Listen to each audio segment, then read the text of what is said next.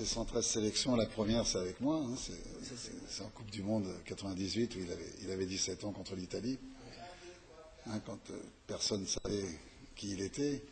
Bien évidemment, je l'ai vu puisqu'ils étaient dans le même hôtel que moi et il est venu me saluer en me disant comme toujours papa quand il est arrivé me voir. Mais oui, il respecte beaucoup le football congolais au Cameroun. Ils ont eu à le subir dans leur histoire quelquefois.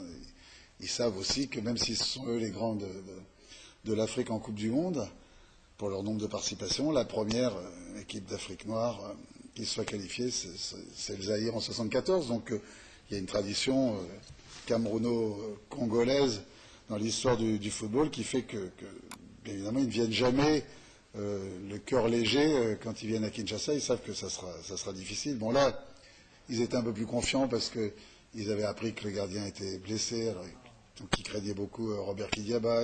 Ils avaient appris qu'il n'y avait quasiment pas de professionnels, donc c'est pour ça qu'ils ont été très surpris parce qu'ils pensaient que ça serait beaucoup plus facile. À la fin du match, d'ailleurs, ils ont été très, très élogieux pour cette jeune équipe congolaise. Mais des petits détails. Hein. Premièrement, leur bus, il était nettement meilleur que le nôtre. Et c'est très important. Un bus, les joueurs, plus on les met dans... Il n'est pas question de les mettre dans de la ouate, dans du coton, mais il faut vraiment les mettre dans le meilleur confort possible. Vous les avez vus descendre, ils ont tous le bagage à main, le même, aux couleurs du Cameroun, les mêmes tenues. Si vous regardez nous, on a des tenues bleu unis, des bleus col blanc, des bleus manches courtes, des bleus manches longues. C'est un problème d'équipementier. Voilà, donc ça aussi. mais tous ces détails-là sont très très importants. Les joueurs, ils ont besoin de sentir qu'ils font partie des Léopards et que les Léopards, c'est une grande équipe du continent africain pour laquelle on met des moyens. Alors, des efforts sont faits, mais tous les domaines, tous ces petits détails ont un impact psychologique et ce sont des domaines où on doit encore beaucoup, beaucoup progresser. Il est bien évident que il faut qu'on aille encore beaucoup plus loin, beaucoup plus haut, pour que les joueurs aient envie, bien évidemment, de continuer à jouer avec les Léopards, aient envie de venir ou de revenir pour certains. Il faut que ce soit une marque de fabrique, les Léopards. Oui, c'est vrai. C'est vrai, un équipementier peut-être qui n'est pas à la hauteur. Nous allons peut-être insister auprès de la fédération pour qu'on trouve un équipementier bien connu peut-être que pour apporter toute la logistique qu'il faut à notre équipe nationale parce que c'est psychologique comme vous avez dit, hein, le maillot, les sacs, etc. Ça joue beaucoup. Mais sinon, votre première sortie au stade de Marty depuis que vous êtes revenu, comment vous avez trouvé le public? Sympa? Le public formidable. Vous avez bien accueilli? Formidable. Enfin, même à la fin du match, même après le match, même depuis le match, enfin, les gens d'une gentillesse positive. C'est vraiment le public dont on a besoin en ce moment. On est en pleine reconstruction. Il va falloir de la patience, il va falloir de la persévérance, il va falloir du courage. Les choses ne seront pas faciles. Mais le public a été magnifique à l'égard des joueurs. À la mi-temps, j'aurais dit les gars, même s'il va y avoir un peu de fatigue et tout, donnez tout ce que vous avez jusqu'au bout parce que récompensez ce public qui est derrière vous, quoi. Il le mérite véritablement. On sentait une communion entre le public et l'équipe qui était formidable. Et je ressens ça tous les jours depuis la fin de ce match. Vous savez, souvent en Afrique, quand vous perdez un match, bon, les gens sont pas agressifs, mais ils disent bonjour comme ça. Alors que depuis, ça n'est que courage. On a été contents, on a vu beaucoup de bonnes choses. Véritablement, on sent quelque chose qui se passe derrière. Il faut qu'on continue. Mais il va falloir qu'on commence à gagner les matchs parce que le public ne va pas continuer pendant 10 ou 15 matchs à avoir une équipe perdre et dire courage, ça va venir. Il faut aussi que nous, on fasse plaisir à ce public. Mais je pense qu'on aura le potentiel pour faire plaisir au public. Oui, c'est ça. Et c'est qu'on ne vous a peut-être pas dit, j'ai même envie de dire que le chef de l'État, Joseph Kabila Kabange, ne dormait presque pas quand vous n'étiez pas là. Tellement qu'il y avait une pression sur lui, des coups de téléphone incessants. Nous-mêmes, les médias, on insistait ici parce que nous aussi, l'opinion nous poussait. Les Congolais voulaient que Claude Leroy revienne. Mais là, ils sont très très contents. Je pense que vous avez vu, hein, ça revient, la confiance revient. Et puis, comme vous avez dit que c'est un travail en communion tous les Congolais doivent s'impliquer à tous les niveaux, c'est ça? Oui, il faut que tout le monde donne un coup de main. Donne un coup de main à la fédération fait des efforts avec peu de moyens. C'est ça. Et il y a des énormes sociétés dans ce pays. Ouais. Le football congolais, ça peut être le meilleur football d'Afrique. C'est potentiellement le meilleur football d'Afrique avec le Nigeria, je répète. C'est un football qui peut envisager, ça sera avec moi ou sans moi, mais si on continue à travailler dans la continuité et tout, redevenir champion d'Afrique, se qualifier régulièrement pour des Coupes du Monde, ça doit être ça l'objectif des Léopards. C'est pas seulement de participer. Moi, quand j'étais venu la première fois, j'avais dit, moi, ce qui m'intéresse, c'est pas de participer à la Coupe d'Afrique, c'est d'aller au moins en quart de finale. Ouais, alors on est dans un groupe difficile avec l'Afrique du Sud, avec le Burkina Faso, avec le Ghana, avec l'Ouganda et tout. Bon, on avait fini deuxième de ce groupe, et on est allé en quart de finale. Mais il faut aller plus loin. Il faut un peu de temps. Il y a véritablement un gros travail à faire. Et je pense qu'il y a d'énormes sociétés ici dans ce pays, des énormes sociétés qui doivent faire comme ça a été fait au Ghana. Moi, quand je suis arrivé au Ghana, j'ai été pris en charge par une grande société, mon staff aussi. Le bus avait été offert par l'équipementier. Le deuxième bus avait été offert par des mines. C'était pas ici, ce sont des mines de diamants, du coltan. Au Ghana, c'était des mines d'or, et c'était la société minière gérée par des Sud-Africains d'ailleurs qui avait offert un magnifique bus avec vidéo et tout au Black Star du Ghana. Mais voir tout ça arriver, les joueurs, je peux vous dire, entre le petit bus que j'ai connu, moi, quand je suis arrivé au Ghana, où on s'attassait à 30 ou 35, comme ça arrive ici, dans le bus, et puis le jour où ces grands bus sont arrivés, où ils étaient comme les équipes professionnelles en Europe, déjà, ça leur donnait du talent supplémentaire.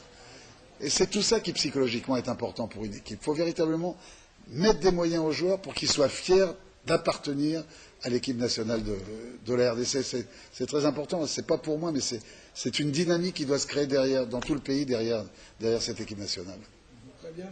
Claude Leroy, je sais que vous partez pour l'aéroport, mais laissez-moi vous rappeler, donner aussi aux téléspectateurs, les 14 qualifiés déjà, là, on connaît 14 qualifiés, il reste 2 places qui se jouent dans le groupe D, Maroc, RCA, même nombre de points, seule différence, le Maroc a plus 4, la République centrafricaine a plus 2, mais le Maroc reçoit la République centrafricaine, donc il y a beaucoup de chances que les Lions de la classe se qualifient. Alors, ceux qui sont déjà qualifiés, en dehors de la Guinée équatoriale, pays organisateur, du Gabon, pays organisateur, nous avons en groupe A, le Mali est qualifié, en groupe B, la Guinée, en groupe C, la Zambie et la Libye, deuxième meilleur. Dans le groupe D, on attend ce soir. Dans le groupe E, le Sénégal, c'est notre groupe. Dans le groupe F, le Burkina Faso. Dans le groupe H, la Côte d'Ivoire, qui joue un match de formalité à Abidjan cet après-midi. Dans le groupe G, nous avons le Niger, c'est la grande surprise. Et dans le groupe I, nous avons le Ghana. Dans le groupe G, nous avons l'Angola. Et dans le groupe K, là, c'était un groupe de 5, nous avons Botswana et Tunisie. Voilà les 14 qualifiés jusqu'à présent. On attend les 2 dernières places ce soir.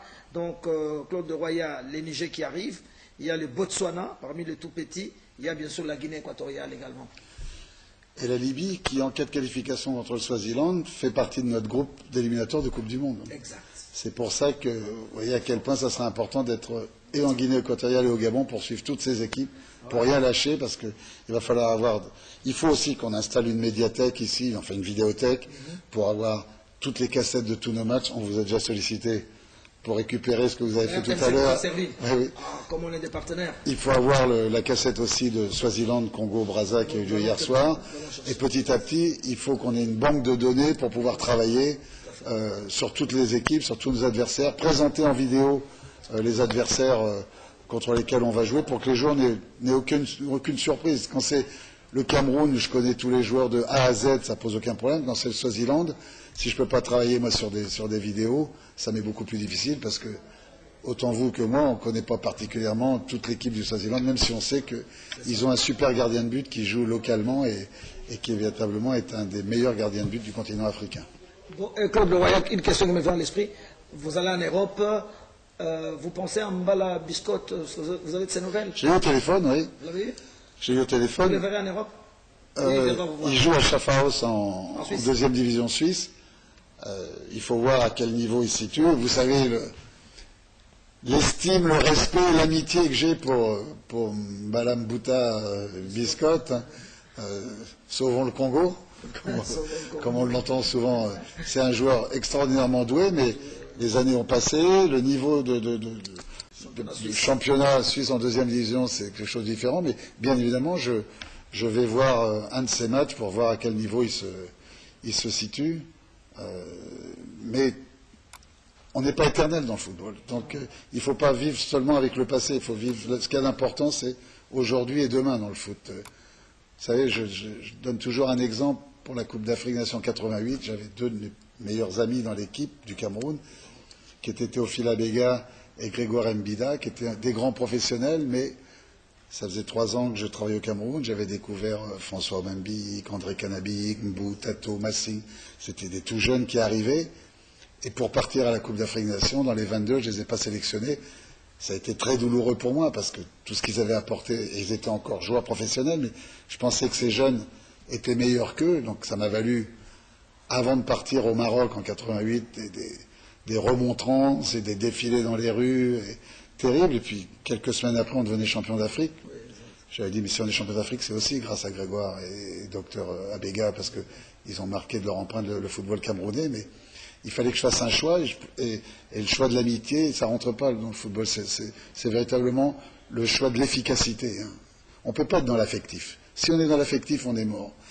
Il faut qu'on soit dans l'effectif, hein, ce qu'il y a d'important pour l'équipe. La seule chose qu'un sélectionneur doit, la seule question qu'il doit se poser, quand il prend une décision, c'est est-ce que c'est bien pour l'équipe nationale de la RDC le choix que je suis en train de faire? Pas est-ce que c'est bien pour moi, est-ce que ça fait plaisir à un tel? Jamais. C'est pour ça que moi, quand je prends une décision, c'est à la fin, après avoir réuni mon staff, discuté avec eux, je prends la décision, moi, personne ne pourra m'influencer, et je me dis, j'ai pris cette décision parce que je pense que c'est ce qui a l'équipe la meilleure possible aujourd'hui de RDC pour affronter tel adversaire.